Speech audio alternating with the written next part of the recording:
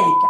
Y luego también hay un montón de lanzamientos de cosas en el mercado que en realidad no generan una gran diferencia terapéutica, pero sí incrementan el costo de la atención.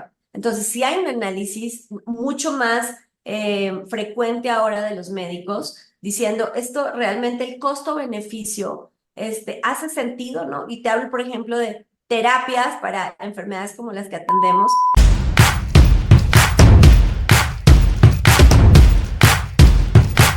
Bienvenidos y bienvenidas a un nuevo episodio del podcast oficial de Entrepreneur. Aquí Sebastián Aguiluz, cofundador y CEO de Entrepreneur, y estoy con Juana Ramírez, fundadora y CEO de Grupo Sogin. ¿Cómo estás, Juana?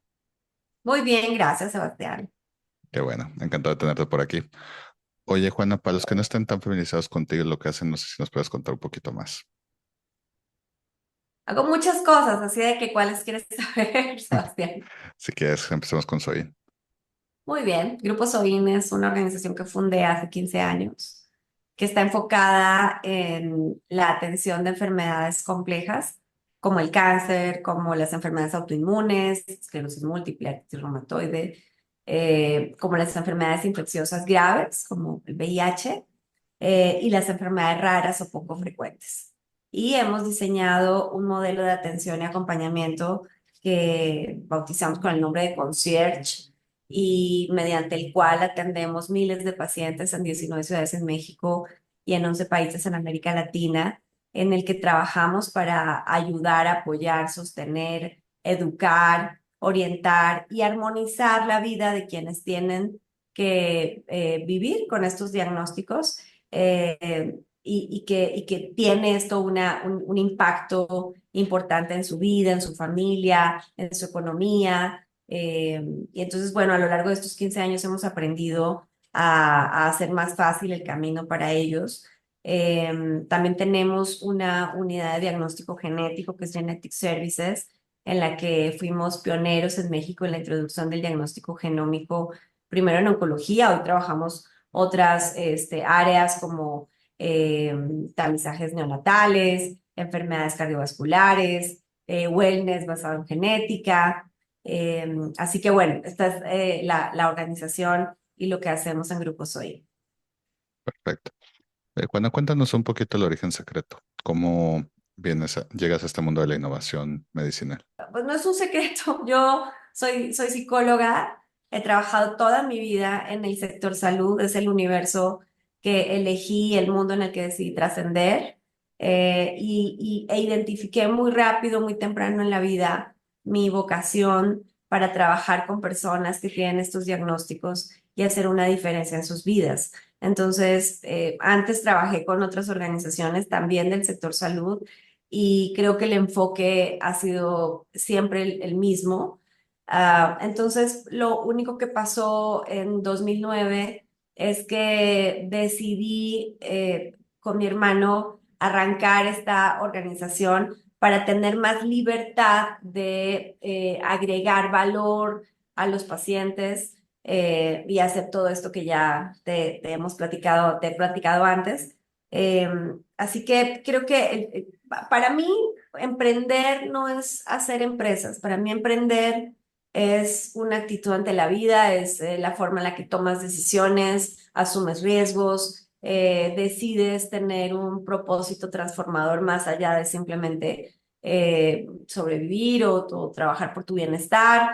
Y ese camino, pues, te va llevando a buscar alternativas, recursos, a aprender cómo hacerlo mejor, a usar tecnología, a mejorar tus protocolos, a trabajar en temas de estándares de calidad internacionales, en fin, o sea, vas en esa búsqueda que es simultáneamente personal, es decir, de crecimiento, de formación, de educación, de aprendizaje, y por otro lado de creación, de implementación, de investigación en la organización. Perfecto. Hablando de temas de innovación, de tecnología, etcétera, ustedes como empresa, ¿cómo equilibran la innovación tecnológica con la necesidad de una atención médica humanizada? Mira, yo en general en mi vida no creo en la palabra equilibrio, porque equilibrio es el peso igual de dos cosas, ¿no? La balanza.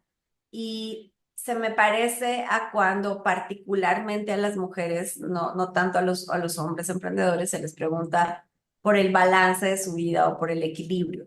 Y esto es porque se presupone que tienes que cumplir con otras actividades, ¿no? Y ahorita voy a lo que me estás preguntando entre tecnología y personalización.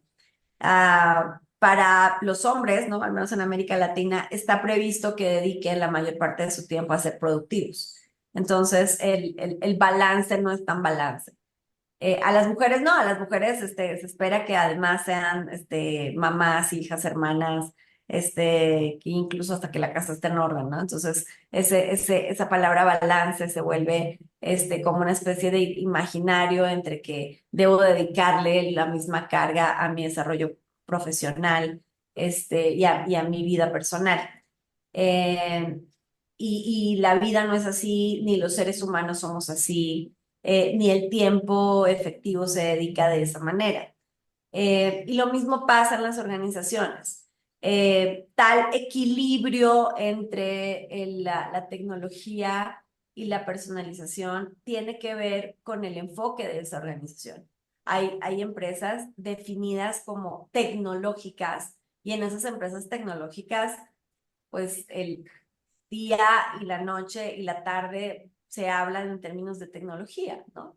En las empresas de servicios, nosotros decidimos que Sorin debía ser una empresa altamente tecnológica. Entonces, permanentemente estamos buscando cuál es la herramienta que podemos involucrar en los procesos de atención para ser más eficientes, para llegar a más gente, porque personalización e impacto social se traducen en alto alcance, ¿no? En cuántas más personas podemos atender. Y eso lo podemos hacer a través de la tecnología. Y creo que no es una decisión. Hay cosas en las que no podemos reemplazar a las personas y qué bueno que no lo podamos hacer. En esas en las que no podemos reemplazar a las personas están trabajando. Y en todas las que no hay una diferencia entre si lo hiciera una persona o lo hiciera un robot, pues tenemos que usar tecnología porque eso también simplifica para el paciente el acceso a los servicios. Justo con lo que dices de que buscar estos lugares o estas profesiones o estos roles que nada más pueden hacer los humanos. Ahora con todos los avances que están habiendo en inteligencia artificial, tecnologías que veo que lo están metiendo mucho en la industria médica también para detectar con meses y no es que años de anticipación cosas. ¿Cómo crees que estas tecnologías se van a volver el día a día o algo normal y estandarizado en el tratamiento de las personas? Creo que apenas estamos viendo la punta del iceberg de lo que podemos lograr con tecnología. En todos los aspectos. En diagnóstico, bueno, hoy estamos viendo el uso de inteligencia artificial para la interpretación de imágenes diagnósticas, por ejemplo. Ya usamos un montón de tecnología en el diagnóstico clínico, ya usamos un montón de tecnología en el diagnóstico genético, que también usa estas mismas herramientas. Em, Ahora, en el tratamiento, por supuesto que estamos hablando, y ya desde hace muchos años, de robots para el uso en cirugía. Ya hay herramientas mucho más potentes para la gestión más eficiente del expediente clínico electrónico. Y luego en el seguimiento, pues desde hablar de lo básico de la telemedicina, pasando por lo que en realidad podemos hacer con elementos de medición de clinimetrías en casa y el monitoreo remoto de sus pacientes, pasando por la formación de los profesionales de la salud a través de estas mismas herramientas de realidad virtual. Entonces, hay muchas cosas, la revolución tecnológica en la salud hoy ya es un tema en cualquier evento, en cualquier reunión, en cualquier congreso médico hay una pregunta por eso y hay una pregunta adicional por la interacción entre los médicos y los pacientes y los hospitales y cómo usando estas herramientas tecnológicas pues podemos fortalecer la adherencia terapéutica a los pacientes, podemos anticipar riesgos o necesidades de atención, podemos mejorar el engagement de los pacientes con sus médicos tratantes, podemos hacer más fácil el trabajo del médico tratante en el control y gestión de la atención de sus pacientes. Entonces, lo que estamos viendo es cómo mucho más rápido se masifican estas herramientas alrededor de tener un mayor alcance y un mayor impacto en la salud y el bienestar de las personas. Como alguien que está un poquito en los dos mundos, ¿cuál crees que, o sea, ahorita cómo ves al sector médico adoptando estas tecnologías? O sea, los doctores en general, digo, es lo malo de meter a todos en un saco, pero en general los ves receptivo de las nuevas tecnologías o es como en otros sectores que medio están emocionados y medio están reacios al cambio. Mira, a mí cuando la gente dice que los médicos son resistentes al cambio, a mí me parece que estamos hablando de un cliché.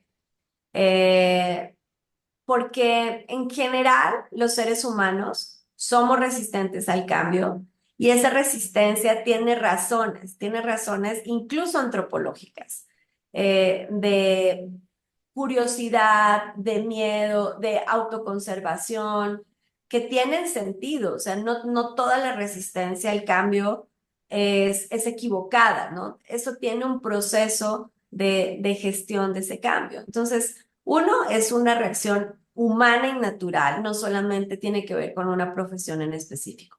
Ahora, si nos detenemos a pensar en el ejercicio de la medicina, los médicos han sido formados bajo un principio, el de la evidencia científica. O sea, no escucha un podcast, un doctor, y escucha que hay una nueva sustancia activa que tiene tal o cual beneficio para el paciente, y entonces llega ese día a su consultorio y dice, ahora que escuché esto, estoy súper abierto al cambio y entonces por eso voy a atender al siguiente paciente así. No, a los médicos correctamente les enseñaron que necesitamos evidencia científica que compruebe esos dichos, y la evidencia científica toma tiempo. Y ese tiempo quien no lo entiende lo puede interpretar como resistencia al cambio. Entonces, ¿cómo le contamos a los doctores que hay algo que les ayuda, que mejora, que le ayuda al paciente? Con evidencia, ¿no? Y hay que construir esa evidencia. Entonces, yo siempre le regreso el reto a los emprendedores. ¿Cómo lo puedes hacer más rápido? ¿Cómo lo puedes hacer verdaderamente eficaz? Porque los médicos tienen la responsabilidad de la seguridad sobre la vida de otras personas. Entonces, es que se avientan menos. Claro, si yo tuviera esa responsabilidad también me aventaría menos, ¿no? Si asumir riesgos personales tiene sus propios retos, asumir el riesgo de la vida de otros tiene retos aún más grandes y esos retos no son un tema instintivo o de voluntad o de resistencia. Tienen una metodología y entonces el doctor dice, muéstrame la evidencia científica, cuáles son los estudios que lo validaron y lo quiero revisar para poderme dar una opinión técnica correcta para adoptar esa tecnología. Entonces, y no te estoy hablando solamente de usar un software o usar una aplicación, sino de todo lo que implica tecnología médica. Y luego también hay un montón de lanzamientos de cosas en el mercado que en realidad no generan una gran diferencia terapéutica, pero sí incrementan el costo de la atención. Entonces, sí hay un análisis mucho más frecuente ahora de los médicos diciendo esto realmente el costo-beneficio hace sentido, ¿no? Y te hablo, por ejemplo, de terapias para enfermedades como las que atendemos, en donde la sobrevida del paciente, la promesa de sobrevida del paciente es de 6 meses, 8 meses, que es exactamente el equivalente a no tener al paciente en tratamiento y atender sus síntomas, porque además no estamos prometiendo una cura. Entonces, sí, sí, hay un ejercicio mucho más profesional de lo que la gente imagina en el médico para adoptar o no adoptar una tecnología. Ahora, en el tema de que si el expediente clínico, que si todavía recetan a mano y no a través de una receta médica electrónica, bueno, ahí más bien hay un tema estructural, un tema sistémico que está haciendo que eso suceda y que no estén generados los incentivos correctos para que esto genere un cambio en la práctica médica, ¿no? Entonces, me parece que cuando se hacen estas aseveraciones, se hacen desde la superficialidad de no entender todo el contexto cuando del sector salud hablamos. Hablando del sector salud y ahora yendo un poquito más al lado emprendedora, eh, En comparación de otros sectores, ¿qué tan difícil es empezar de ser una empresa en el sector salud? Sobre todo a lo mejor para alguien que no tiene background médico. Yo sé que sí, tú lo tienes, pero para las personas que estén considerando estar en esto, ¿cómo es el sector salud para los emprendedores? Eh, ¿Qué oportunidades hay ahí? Hey, aquí Sebas. Perdona que te interrumpa el podcast, pero aprovechando que ya llegaste hasta aquí, quería pedirte que nos apoyes. Si estás en YouTube, dándonos like, dándole click a la campanita y suscribiéndote al canal. Y si estás en Spotify, dándonos seguir y calificándonos. Es totalmente gratis y la neta ayuda muchísimo para que podamos seguir trayendo nuevos invitados cada semana. Sigue innovando. Mira, dicen que el prado, el césped del vecino siempre está más verde que el tuyo. Yo creo que todos los sectores económicos tienen retos, y que en todos hay desafíos y necesidades diferentes. Eh, Particularmente en el sector salud, tenemos, entre otros, los retos de los que yo hablaba hace un momento, ¿no? Los retos de que lo que planteas, lo que le quieras plantear al mercado, tenga la evidencia necesaria para animar a otros a subirse a ese cambio. Eh, es un sector con muchas oportunidades, ¿no? Porque hay muchas necesidades también y esas necesidades deben ser cubiertas. Eh, pero es un sector en donde los emprendedores, además de ganas y de creatividad y de capacidad, necesitan tener un conocimiento profundo del mercado, de sus clientes potenciales. Entonces, no es necesario ser un profesional en salud para emprender en el sector salud, de acuerdo, pero es absolutamente necesario tener dentro del equipo profesionales de la salud y la curiosidad y la humildad necesaria para abordar los retos del mercado. Porque escucho comúnmente a los emprendedores, es que sí, pero es que los médicos no deberían hacer, o las enfermeras, pero a 3000 pies de altura, sin la sensibilidad de entender lo que pasa todos los días en el terreno. Entonces, es un sector con muchas oportunidades, es un sector regulado y está muy bien que sea regulado. Es un sector que tiene barreras de adopción, eh, pero creo que es un sector que te permite hacer algo que no sé qué tanto en otros sectores, y es saber que estás haciendo cosas que le cambian la realidad a las personas. Y entonces esa conexión tan directa con el propósito facilita, por ejemplo, hacer equipos que puedan combinar con ese mismo propósito. Ahora estamos en términos de recursos humanos pasando por un reto importante de suficiencia de recursos, ¿no? En general, el sector tiene menos médicos de los que necesita, menos enfermeras de las que necesita, menos especialistas en algunas de las disciplinas de las que son necesarias, pero también, por ejemplo, hay menor infraestructura de la necesaria, y entonces allí hay una oportunidad. La necesidad de llegar a más gente, vía la conectividad, etcétera. Entonces, oportunidades muchas. Mi consejo para los emprendedores en salud siempre es que en este sector es una obligación ser mucho más académicos, estructurados, trabajar siempre con base en modelos de evidencia, sin importar si se trata de un nuevo medicamento, de una herramienta diagnóstica o de un modelo de atención y de servicio. Eso necesariamente hay que pasar por la pregunta de qué temas regulatorios me obligan, qué temas de compliance tengo que revisar, qué temas legales tengo que revisar en función de la responsabilidad frente al paciente. Y luego, cuáles son las cosas que tengo que ir a aprender desde mayor profundidad en los padecimientos o enfermedades en las que yo quiero atender o evitar, ¿no?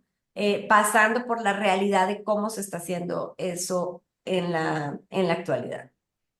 ¿Le recomendarías a un emprendedor primerizo que se aviente en el sector salud o pues es más complicado que en otros en tu experiencia? Es complicado, pero yo lo que diría es, si usted tiene vocación en el sector salud, sí. Si no tiene vocación, no. O sea, esta gente que de pronto dice, es que yo quiero emprender, pero no sé en qué, este, habría que preguntarse, o sea, emprender no es un camino fácil, no es un camino de rosas, tienes muchos retos, vas a recibir más nos que sís, ¿no? Entonces, si vas a recibir más nos, necesitas un nivel de convicción, de resiliencia para volverte a inventar al otro día. Entonces, lo que hay que preguntarse es, ¿esto lo harías aunque no te paguen? ¿Esto lo harías por vocación? ¿Esto te va a dar la fuerza para resistir los nos, para superar las adversidades? Si la respuesta es sí, entonces estás eligiendo el sector correcto. Si la respuesta es, híjole, no, yo tengo como la perspectiva de que esto no fuera como el resto de mis días, pregúntate, ¿no? Es mucho más común encontrar gente que trabaja en algo que no es su vocación y que no es su propósito y que en su tiempo libre hace eso que de verdad lo inspira y lo hace feliz. Creo que en el sector salud, sí es importante preguntarse si eso de verdad es su vocación, de verdad es su propósito. Si sí lo es, hay que aventarse. Y si no lo es, pues habrá que buscar dónde sí es ese espacio. Oye, y el sector salud en cuanto a innovación ¿qué tan relevante es México? ¿Qué tan relevante es América Latina? Eh, ¿Son ecosistemas que apenas se están desarrollando o ya están un poquito más consolidados en cuanto a esta parte de innovación tecnológica? Haces una pregunta muy amplia, porque innovación tecnológica en salud atiende a muchísimos factores, ¿no? Otra vez, si se trata, por ejemplo, del desarrollo de fármacos y de nuevas terapéuticas, pues normalmente las nuevas moléculas y las nuevas terapias tienen origen en o países europeos o en América o en Norteamérica, en donde hay mayor inversión en investigación y desarrollo, y entonces lo que nos pasa en América Latina es que vamos adoptando lo que ya fue desarrollado en otro lugar, haciendo las validaciones, ¿no? En el caso de los medicamentos necesarias. En el caso de los dispositivos médicos, eh, cosas que la gente no sabe es, por ejemplo, México es el sexto productor mundial de dispositivos médicos. Hay una industria muy activa, creciente, dinámica, en la que cosas muy sofisticadas para la salud se hacen en México con destino a otros países en el mundo. Pero pasa lo mismo, normalmente la innovación se desarrolla más en economías líderes y nosotros vamos adoptando. Sin embargo, hay un espacio importante para los protocolos de investigación en los que México, Brasil van teniendo más oportunidades, sin embargo, el espacio todavía es muy grande. También han empezado a aparecer herramientas diagnósticas desarrolladas en la región. Creo que en materia de talento, de capacidad, incluso de laboratorios de investigación, muchos de los cuales tienen más infraestructura pública.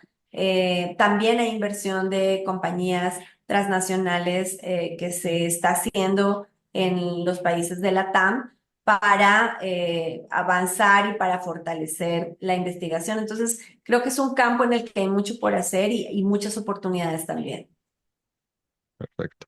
Oye, Juana, para ir terminando, a todos los invitados del podcast Innovadores les pedimos sus tres sís y tres no para emprendedores, es decir, tres cosas que un emprendedor debe hacer sí o sí y tres cosas que debe evitar a toda costa. Tres mandamientos y tres pecados, básicamente. ¿Cuáles serían los tuyos? Pues mi primer sí es que emprendan en cosas que de verdad los inspiren. O sea, que de verdad sea su móvil más importante y que ojalá el móvil más importante no sea solo económico. O sea, sí es importante generar valor, sí es muy importante ser rentables para que puedan ser escalables, porque en la medida en que sean escalables, pues pueden generar más empleos, pueden llegar a más personas y el alto impacto es importante. Pero justo lo primero es preguntarse cuál es mi propósito real en emprender, porque en eso y no tanto en lo económico va a estar el móvil en el largo plazo. Dos, no emprendan solos. Eh, todos necesitamos quien nos complemente en nuestras capacidades.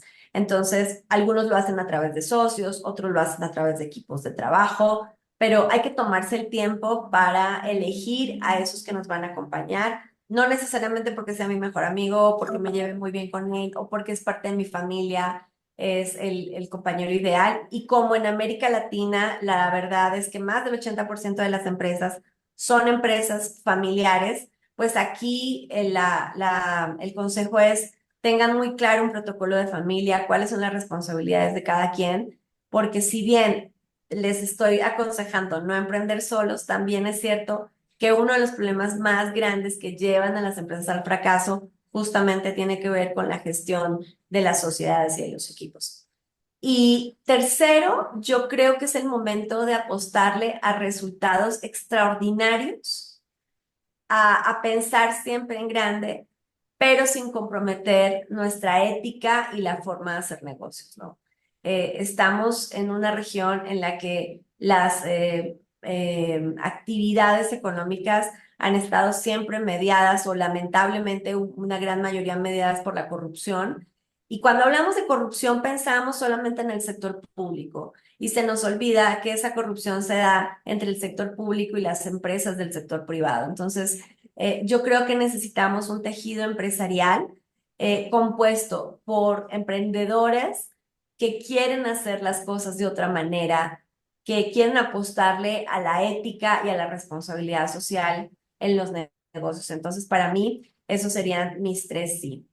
Y los tres nos, eh, en los tres nos, te diría que hoy no es posible tener empresas que no abracen la diversidad, la equidad y la inclusión. Creo que hoy no es viable emprender sin entender cuál es nuestra responsabilidad de sustentabilidad ambiental. Todos dejamos una huella de carbono que tenemos que resolver y que tenemos que mitigar sin importar cuál sea nuestra actividad económica. Entonces, no a las empresas que contaminan y que no consideran cómo mitigar el impacto. Y tercero, no a las empresas que no generan las condiciones legales necesarias para que los trabajadores puedan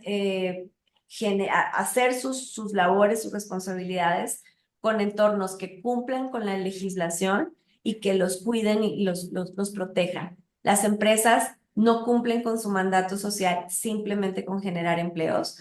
Las empresas tenemos la responsabilidad de cumplir la ley, de generar empleos que garanticen la seguridad social de las personas. Entonces, estos modelos, y no quiero hablar de alguno en particular, pero estos modelos que hoy aplaudimos tanto porque han escalado, porque han crecido rápidamente, pero que la gente que opera esas empresas, la gente que trabaja dentro de esas empresas, no tiene las condiciones mínimas de seguridad social. Híjole, que estamos hablando de un modelo moderno de esclavitud y eso no está bien, no debería ser parte del modelo de trabajo de un emprendedor que por definición debe pensar diferente y debe pensar en la responsabilidad y el impacto del otro. Entonces, para mí esos serían los tres no, Sebastián. Perfecto. Oye, Juana, si alguien quisiera pues, adquirir sus servicios, ponerse en contacto contigo, ¿cómo puede encontrarlos en redes? Pues yo estoy en todas las redes sociales como Juana Ramírez o Juana Ramírez Soin. A la compañía también la encuentran como Grupo Soin en muchas redes o como Soin. Así que ahí estamos siempre todos atentos y el equipo de comunicación a atender sus preguntas, sus necesidades. Y si lo que quieren es trabajar con nosotros, pues nos escriben a info@soin.mx con su currículum, sobre todo si son profesionales en salud. Más del 90% del equipo que trabaja en SOIN son profesionales en salud, médicos, enfermeras, psicólogos, nutriólogos, genetistas, químicos, farmacobiólogos, son el corazón de la organización, así que si eres profesional en salud, aquí súper bienvenidos, envíenos su currículum, cuéntenos por qué quieren trabajar acá y aquí los vamos a escuchar. Perfecto. Oye, Juana, pues nada más quiero agradecerte por tu tiempo. Espero te la hayas pasado también con nosotros y como decimos en el programa, Sigue innovando. Muchísimas gracias por haber llegado hasta el final del episodio. Espero que lo hayas disfrutado. Si te gustó, literalmente contamos con cientos de episodios donde invitamos a gente chingona de todo el mundo con todo tipo de profesiones para compartir su historia y donde cada semana encontrarás a nuevos invitados. Si nos quieres compartir lo que pensaste o sugerirnos nuestros invitados, la sección de comentarios está abierta y nuestros datos de contacto están en la descripción. Sigue innovando.